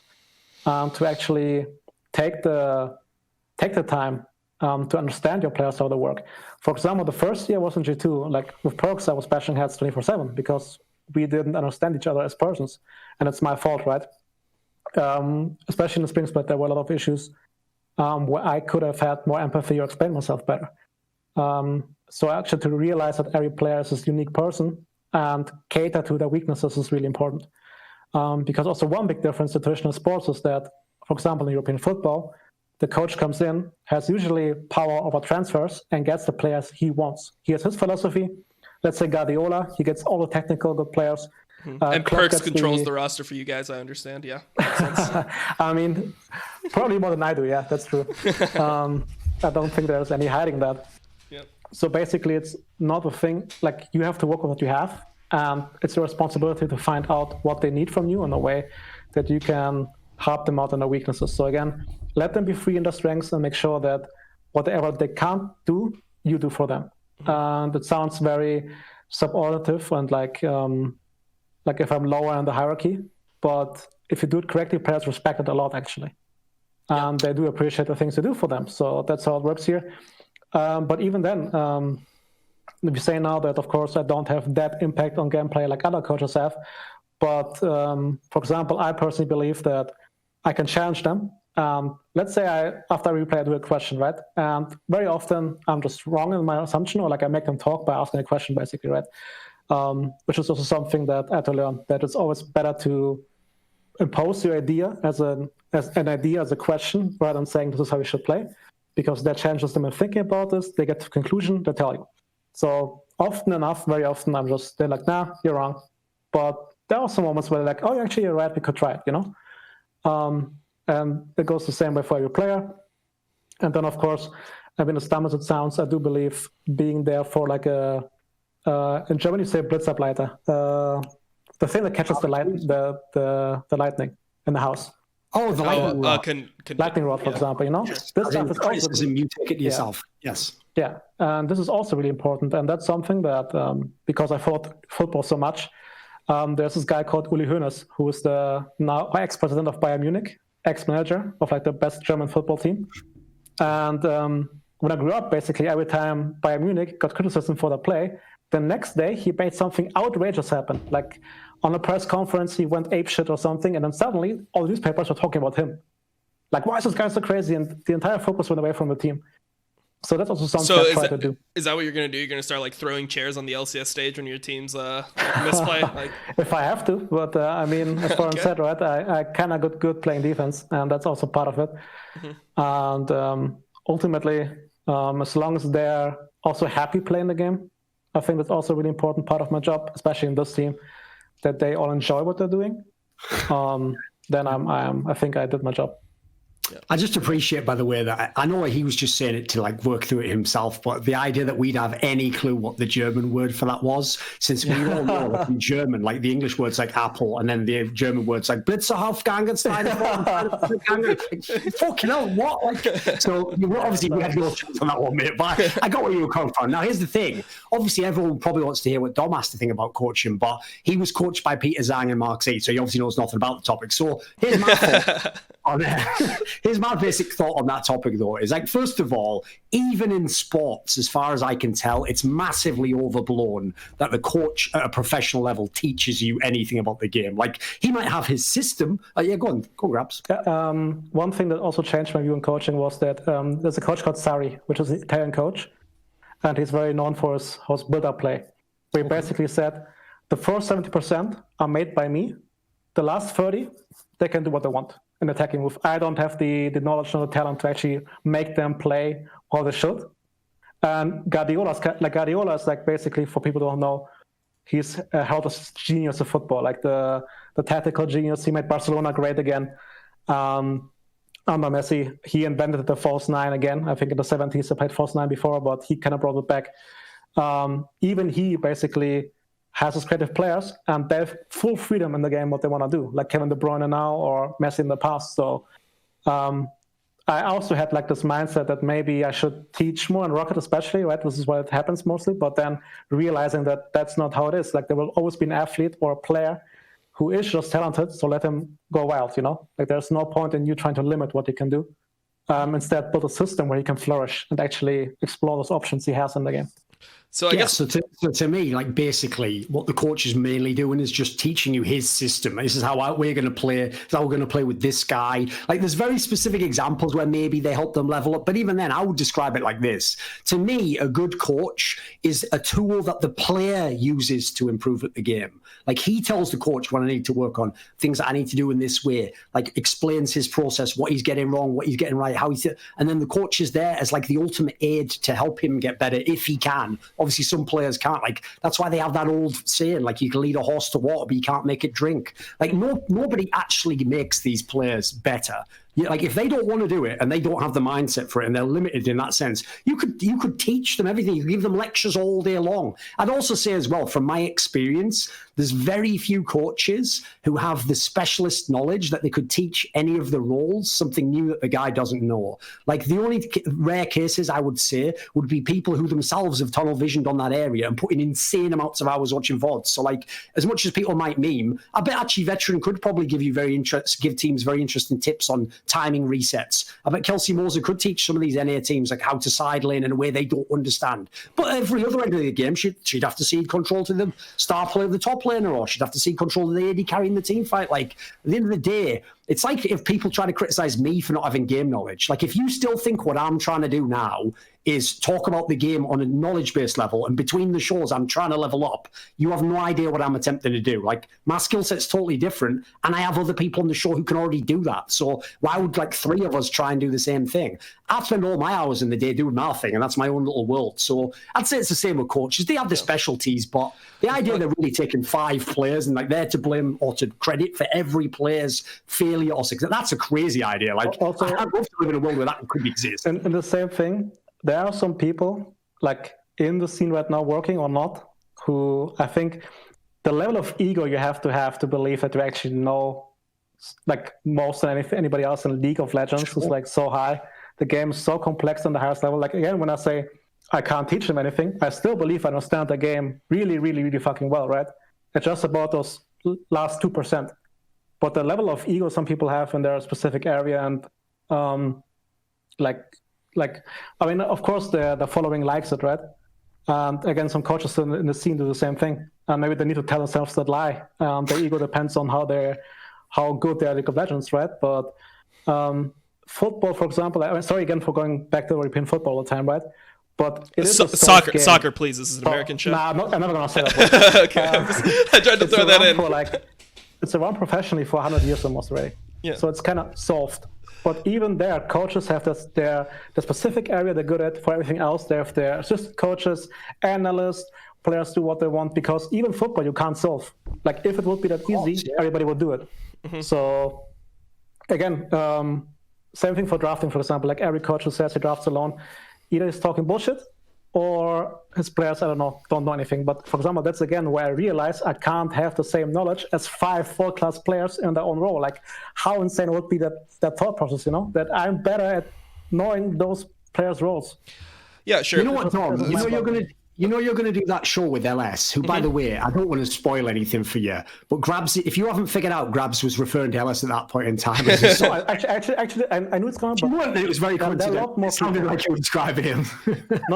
No, for LS, because, I mean, like there was an incident where he told me a retard, you know, whatever.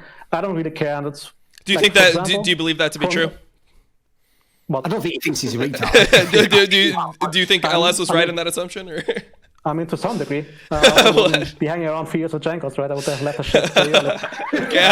I'll take it out. Okay. I disagree with LS on many points in League, but from what I understand, because of course I don't follow him that much, right? He gives how he sees the game. He defines how he sees the games, and in this definition, what he says makes sense. What he says, right? Yeah. So even though I disagree, I can see where he comes from and how he got to the conclusion. And from that on, I can work backwards and see if I can implement something. Mm-hmm. So even though he's very vocal, for example, I do not actually believe, I mean, even though he is very vocal and self-confident, he was not the guy I meant in that scenario. Yeah. So it's not about LS. Fair enough. I did want to bring him up. Mm-hmm. Well, what I was going to say anyway is I know Dom is going to do a show with LS at some point in time. It's announced where they're going to do a show where, just like on Twitter, they do like a mock draft. And as a result, Dom gets to do his version versus LS. Right, here's the real problem with that show is that, bear in mind, that is LS's specialty. Yeah, that would be a brilliant show. It'd be very interesting. But if you ever wanted to actually make it anything approaching reality, Dom, here's how it'd have to work, right? I'll sit in and I'll be a player on LS's team. And you can have someone do the same for you if you want. And this is how the draft will go. LS will go, you'll pick, you open like blind as ear. LS goes, aha. He picks his champion. And I go, whoa, LS, I don't play that. He goes, what? I'm not comfortable playing that though. And he goes, no, but we've got the counter. Like, dude, we pick this and then on 3 we pick, that's irrelevant. Like, I can't play that and I'm not comfortable playing on stage. Oh, fucking hell, what we pick of you? Oriana, all right then, put that there. And then, that's the point. If these aren't ever happening when he's having this discussion. So exactly. I love the guy. And I think he's a genius in his own way, but like many geniuses, he has certain blind spots to areas that aren't in his perspective. I've talked to Grabbz about this before, and I think I know what he's going to say here, where when I'm drafting for a team, like when we're doing those mock drafts. Oh, that FlyQuest one, yeah. Yeah, I'm. You did a 6-knob. You picked all the right champions for those players, mate. You would have won that. That's how a lot of people felt about it that were more like players and stuff, but the general community was like, oh, like you're just fucking retarded, Dom. You don't know anything about draft. This is why you were a player and not a coach, which number one, I think players actually make excellent coaches, but that's a whole nother point. I think that what Grabbz is going to talk about now, and one thing I wanted to throw to him was like how much player tendencies and accounting for player skill matters even at the highest level. There is no team that is perfect enough where you can look at a situation and be like, well, they can play everything amazingly well. Like everyone is going to have to focus on a subset of champions. They're going to have specialty picks that are core to them. And that's something that's core to drafting, is understanding your opponents, what they're strong at, and what your own players are strong at. So, yeah, I mean, I guess we could throw it to Grabbz just in case I got anything wrong. I don't want to state your opinion for you, but I know we've discussed this in the past. Like one thing that somewhat gets to me and annoys me is the idea that in a patch cycle where every 2 weeks everything changes, every pro player should have every counter pick ready to play, and it only takes them 10 games to play. Yeah, no shit, it's not hard to learn one champion, but if they don't, like, first of all, for example, we have 2 opponents in the same week in the regular season. Even the best of 5, we can't guarantee that this scenario happens. So if we play for this certain scenario, let's say how we played Lulu, right? Suddenly, Lulu into Tahm Kench became Enchanters into melee supports, which is not the same thing. Mm-hmm. Lulu into Tahm Kench significantly plays differently than Lulu into Braum. And the same matchup also plays differently depending on jungle matchup, right? So, for example, we did only take the tendency that the freshest Panther would take Tahm Kench, but also that looking at self-match champion pool, think about what he would most likely pick and then drafting accordingly, right? If you are an Enchanter support and you're playing against Tahm Kench and let's say Trundle, you're way happier than you're playing against Jarvan and Braum, who can jump in your face 24/7, and you burn Flash level 1, you're dead, you know? So that sentiment that every pro should be on the fundamental level, yes, they should be able to pick up a champion in 1 week. I agree with that. But that they should have it ready for every draft, for every situation, is not realistic. And as you said, also, I think this is one thing where I disagree the most with him, and it's just where we stand in terms of how the game should play out, where he's on this, he expects a certain level of execution, whereas we just go into the game knowing this guy can't play the champ perfectly, you know? Which is something hard to account for when you analyze something. I can see it, but it's just reality. We know that Serpent is better on Lee Sin than a different champion, right? Yeah. We know that Nemesis will not pick Akali or Aurelia. It's just what happens, and you draft accordingly. And then, sure, he can say maybe he picked it up in the 1 week and draft accordingly, but that's just not reality. Yeah. We see what they play in solo queue. We can account for what can happen and what not. And if they switch around like we did with Kog'Maw Lulu, then credit to them. Yeah, I mean, I just think that there's not a real world where I think that your take is more based in reality because you've experienced so much. You've watched probably, I would assume, way more scrims. I mean, you've been a coach. You're watching every single G2 scrim for 3 years now, or going on your 4th year now. And you also have watched like Roccat scrim for a year. So you just understand like the tendencies of all these players and, you know, how imperfect players really are and how hard chasing perfection really is in League. One thing we were talking about before that I wanted to jump to, because I wanted to get that point in and just get your take on it, was how like if you think that, let's say you're coaching rookies, like you were saying, you couldn't like coach star players into like, oh, this is how you play your own role. But do you think that like since you've coached so many star players now, you've such like you get to experience so much, so many discussions about top lane specifically, mid lane specifically, like which recall timings to take, that if you were to talk to a rookie, you wouldn't be able to actually teach them core concepts of the game because of like the players that you've worked with previously? Do you think that that's like not something that would be possible? The players would still know more than you in those aspects? Of course, and if not in the beginning, at some point they will. If they're talented enough, then this is what will happen. This is natural progression. Again, for example, okay, how do I explain it? I could, for example, spend 50 hours a week trying to look at top lane and then teach one-on-one thing, but then I lose time for more fundamental things in other aspects, right? So I think you need to accept the fact at a certain point the player will be better and know more than you in a specific role, and that's fine. And also, in the way that I hope it will happen is that I hope that when I coach a rookie team, I mean, of course, I can talk bullshit now, get an ego trip and suddenly change everything up, as though that even if they're rookies, I will still try to like play to their strengths, right? I think, I mean, you are witness to it in NA sometimes that rookies come in, have a certain playstyle in solo queue, and suddenly they have to learn Sejuani for no fucking reason, right? So especially then, I think this will accelerate their growth. And then again, if they're confident and capable, they will tell me, like, Grabbz, shut the fuck up. We do differently, and then I will be happy because then they reach a point where they actually can become those great players.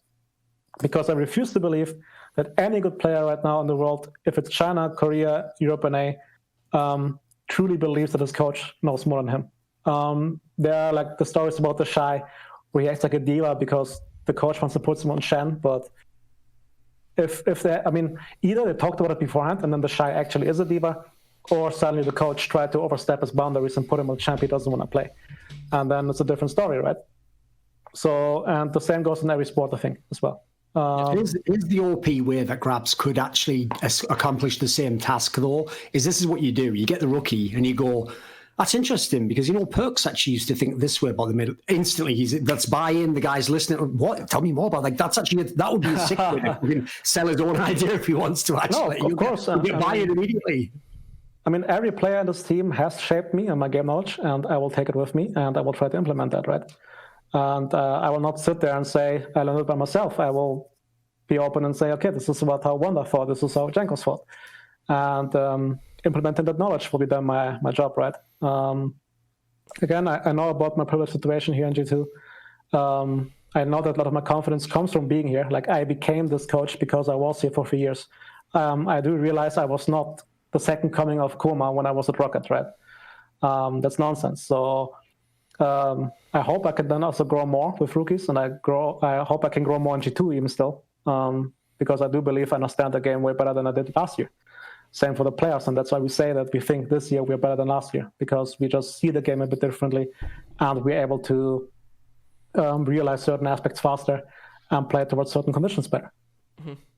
And so the second thing that I wanted to touch on there was, how exactly do you resolve like conflict between players? Because obviously, if you're not giving them direct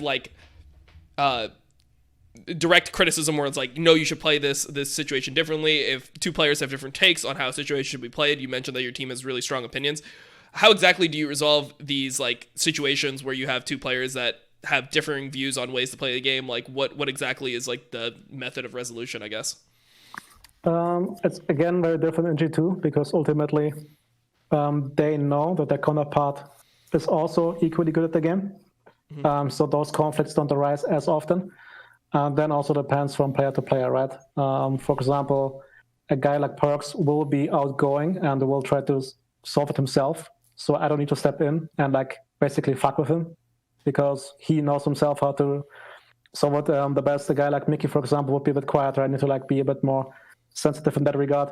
Going back to Rocket, where I can talk openly as well. Same as I said before, right? With Betsy, I would need to go after scrims, talk to one-on-one. Betsy. Oh no, I'm just kidding. No one actually knows who that guy is anymore. Yeah, I mean, it's some time ago, right? Yeah. I don't even know what the guy does. I think he travels the world right now. God bless him. I believe he went to like the LCL after or something, didn't he? Didn't he just go with the Gambit guys and play in Russia, I think? So as far as I know, no one's heard of him since, probably. For example, that guy I had to touch way more sensitive. Make sure, first of all, that one-on-one he felt understood, and then I could bring in the second player and actually bring a discussion again, because just to realize how Betsy works as a person, and how if he doesn't feel understood, he's not going to argue. He's always going to like block, right? And to understand that and actually make sure, okay, tell me how you feel. Yes, I understand you. Now we can go talk to the other person.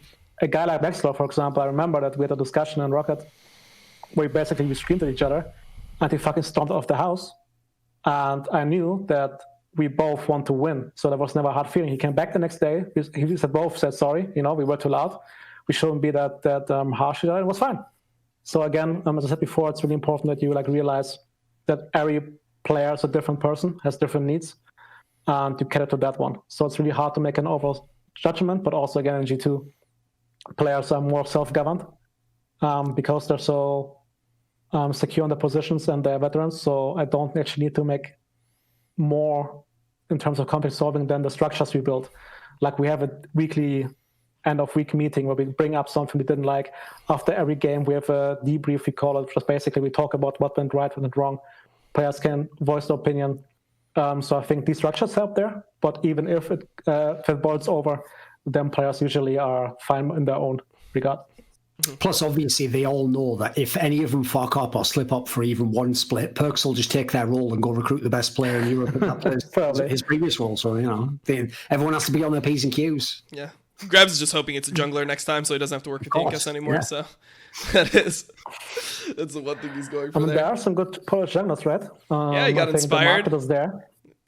Wait, who else? Self-made, inspired? Is there someone else I'm missing? I mean, if you've got a time machine and you just don't care about League of Legends, KK's fucking... We can go through the rest if you want. I mean, I don't think it'd be a Polish jungler, right? It could also be, I don't know, like LDC's Tanks is pretty good. But sure. Janko shouldn't be too safe, right? If I can, I will cut him down, but it's very unlikely. If he wins, I want to play professionally with a mid laner. So, yeah. A lot of solid ones on today's show. I hope everyone's picking up, keeping notes. Keep on track, guys. These aren't all going to be explained. That'll be in the DVD commentary later. DVD. I'm an actual boomer, but whatever. DVD. My God, what the fuck? All right, yeah, and the VHS will be dropping everything there. So when you were discussing there, real quick, I had a point I wanted to make about like, let's say. Hold on, let me formulate the question perfectly. Well, no. I just wanted to talk about the Maxlor situation. And how when you reference that was a, like, it's like, oh, he just stormed out of the house and we just came back the next day and everything was fine. We both apologized that we were too loud. How different is that than anything that we've heard in NA about any type of conflict between player, coach, player, and another player? A fireable offense, yeah. That would be like the dog shit. You'd never live that down. We literally have people like benched over that type of shit. So from my perspective, it's so weird to hear that that's like just commonplace in Europe. Is that something that like has happened before, like where like players get that heated where they literally have to leave and come back? Like how exactly was that, like, just so okay in that, or is that just like normal culture? One thing to understand here important as well is it was not between games and scrims, for example. Like he did not leave the team and went home. That's really important to me as well. I think that's one of the few things. You can be angry at me, but you have to be there for your teammates, and I think that's really important. So it was after scrims with a disagreement, but then again, like I don't have that high of an ego to feel personally attacked when I do know the person. I do know all he wants is to win, and he feels that strong about the point, and therefore he gets angry because he truly believes he's right. Then, because then as a coach, I think usually you should look for the fault in yourself, because then I did not make the right approach in understanding him or making sure he felt understood. Right? Mm-hmm. That's how I see it. If a player gets so mad that we scream at each other and he has to leave, then I fucked up.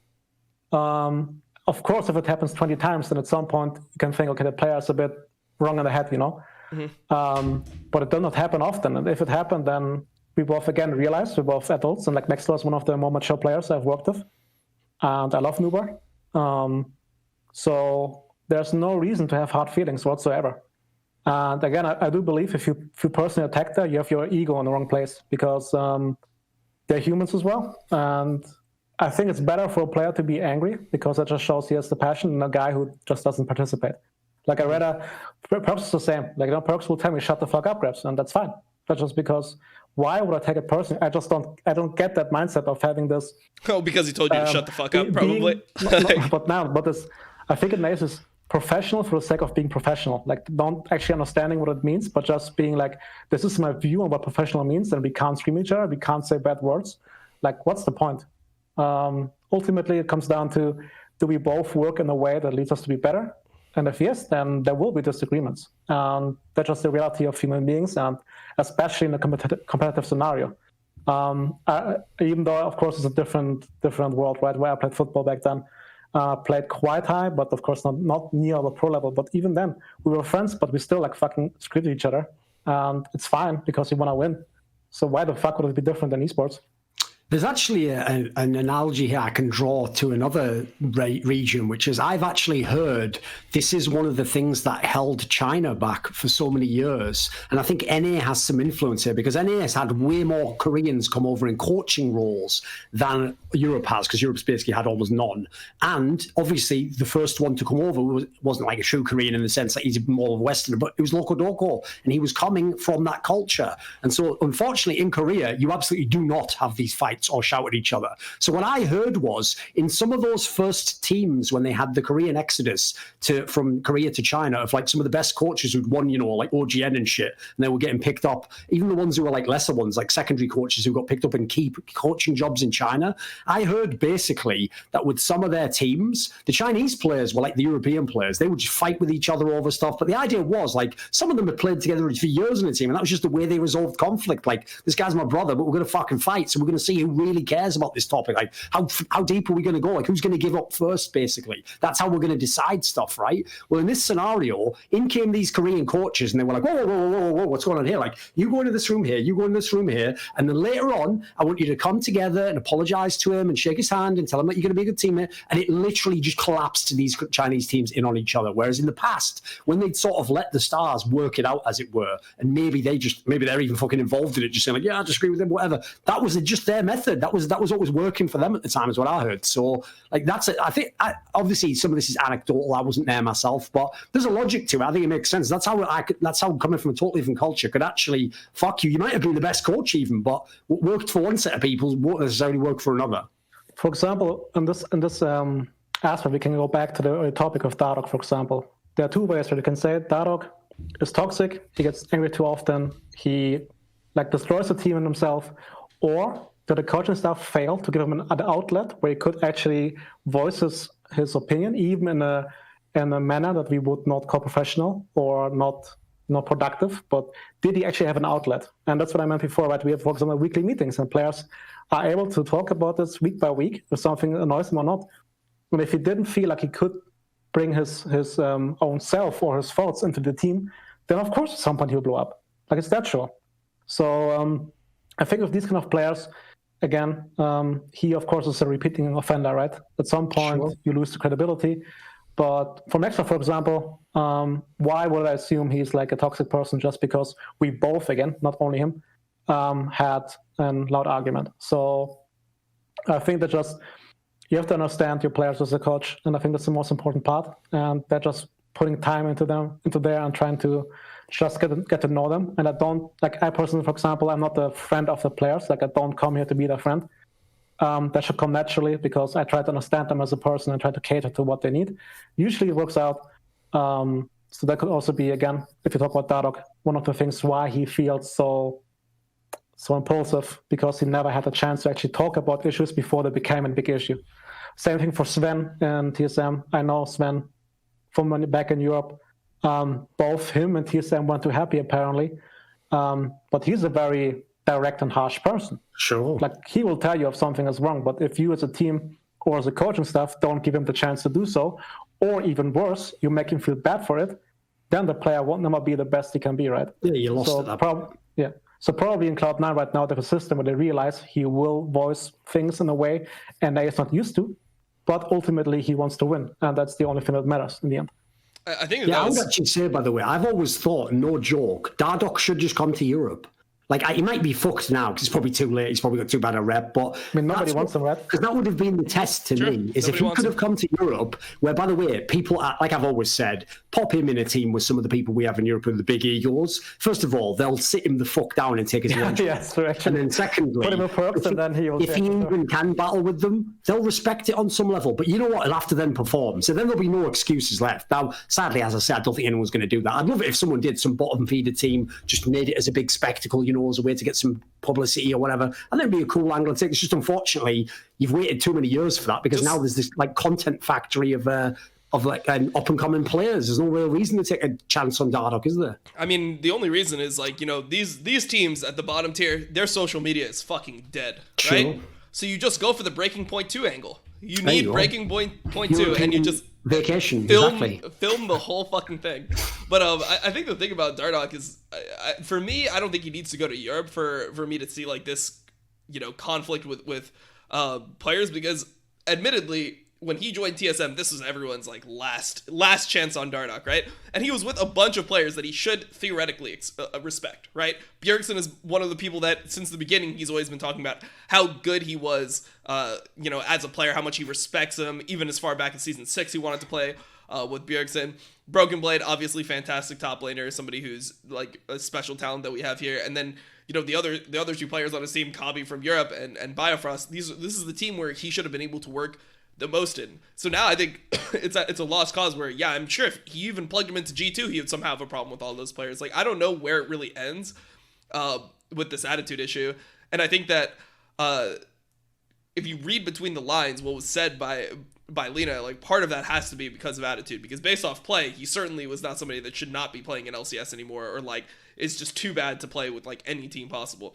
There has to be some reasoning behind that, or people must know behind the scenes that there is some type of problem with him. So not really sure. I would even suspect, pure speculation, that he's just also not a very coachable person. I mean, I'm not just basing that on things that I've seen in Breaking Point. Again, I have known people who have been teammates of his in every single team he has been in. I would just say that that's why it's so dangerous that they're willing to throw him away, because in this scenario, that's exactly the jungler you want if that's my first split. So in the first split, he got all these leads seemingly on his own in the fucking game, and then he just couldn't convert them. Brilliant. Well, that's a good problem to have. Then when we start fixing things and integrating, we're just going to win the games. We're getting all these leads. It's the guy who can't get any leads I'd be going, get rid of him. Like, I don't know where I'm going to start with this. Like, we have to start at level 1. So in this scenario, you don't give up on the guy. Like, that's potentially showing you there. The problem here is they're basically telling you the potential isn't worth it. And in fact, we don't even know if we could get this fucking potential out of him. What you've seen is the best we can get. Yeah, I mean, it's a crazy situation over there. I mean, I think that realistically, seems pretty fucked. Do you think he's done forever now? I think he's pretty fucked, personally. But yeah, I just don't know how you can come back from this. Like, this was supposed especially because, mate, he's got that element to his personality that is the worst ever. In this sense, he is the NA forgiven, right? He also won't try when he plays with bad players. Like, that is the one thing I'll never accept in a pro player. When I find out that you just like mail it in when you play with bad players, it's like, well, why the fuck would I give you a chance then? Well, I'm just supposed to believe you'll try really hard when you get with a good... No, I don't buy that mentality. I never will. So if you have to have the best teammates to succeed, you aren't one of the best. But he did that last year. Like, on Academy, he didn't give a fuck. Like, he was picking champions that came out 2 days before if they were legal to be played. So I remember Kiana Jungle came out. He had no idea how to play Kiana. He's just playing in the Academy matches. And TSM still took a shot on him. And then there's still a problem after that. So I feel like at this point, it is really screwed, especially compounded by the fact that the statements were made by Lina, and realistically, I don't think anything's going to happen. That's the one point I did agree with on that lawyer's article, is I don't think anyone's going to do anything, which is laughable, but I think that's like why it's necessary that people challenge them, because the LCS has made rulings before against players from back in season 2. I mean, I was one of the people that got banned by LCS, and there never needed to be a technical rule set. It wasn't like that, and I mentioned this on a previous show, there wasn't a rule set that they banned me off of, that if like you had some level of toxicity in solo queue, they could ban you from the LCS, or they could ban you from professional tournaments. There was no rule, and they still just like retroactively, instated it and banned me based off that rule that was then created, where they started monitoring players in solo queue. So I would assume that they would do the same thing here to kind of like rectify the situation, but in reality, I think TSM is just, too important to LCS for them to do anything. But yeah, I mean, we're reaching an hour and 45 minutes. This is normally where we open it up to to our guests to see if there's anything that we missed, anything that you'd like to talk about that we didn't talk about, anything that we'd skipped over, maybe in relation to G2 or coaching in general. And if not, we could just close it out here. So it's on you, Grabbz, if you have anything that you would like to discuss. Not necessarily discuss. I just want to, again, because I believe, especially in G2, the team behind the team doesn't get enough credit. For everybody here watching, take a look at Duffman, Angel Archer, and Dimitri, our analysts. They will never be in the spotlight, but they do so much for this team. And they work, they're a big part of our success, and I just would hate for them to not get the same credit that the players get. That's basically it. In terms of analysts, are they just like team analysts, or do they do player coaching, or what exactly is their contribution? For example, right now is that the setup is that Dimitri Noodles on Twitter is our data guy. That, for example, he will take a week and legit sit there manually at the scrims and then note down how long was player A talking, how long were wards placed on the map, because of course Riot doesn't want to give the API away, so it's kind of hard to unless the betting sites, they'll give unless the betting sites. So it's really hard to actually get data automatically. So he does it manually, which also, especially with these players, it's really hard to get a point across if you don't have hard data. They will be discussing every single point you talk to, let's say a player like Caps or Perks, they're no, but in this situation, this is better. And then you have to make sure I'm not talking about this, when I'm talking generally, how often you do something wrong. So if then Dimitri can give me the actual numbers, it always helps. Lucy, Angel Archer, took over scouting completely. So basically every preparation we have for an opponent comes from her. So far, amazing job. Usually what she brings down there happens in the game as well, the guys we prepared. And then Duff, of course, my assistant coach or head analyst, however you want to take it, communicates those learnings from those two to me. Also, is the counterpart to my personality in the team. For example, I'm very, how do you say it? I don't shy away from confrontation. He's very, not passive, but he's more understanding. He's the sweet guy, basically, in the team. He also has great input in the game. Good cop, bad cop approach. Not even that, but just it helps if you're not the same person, in a different job.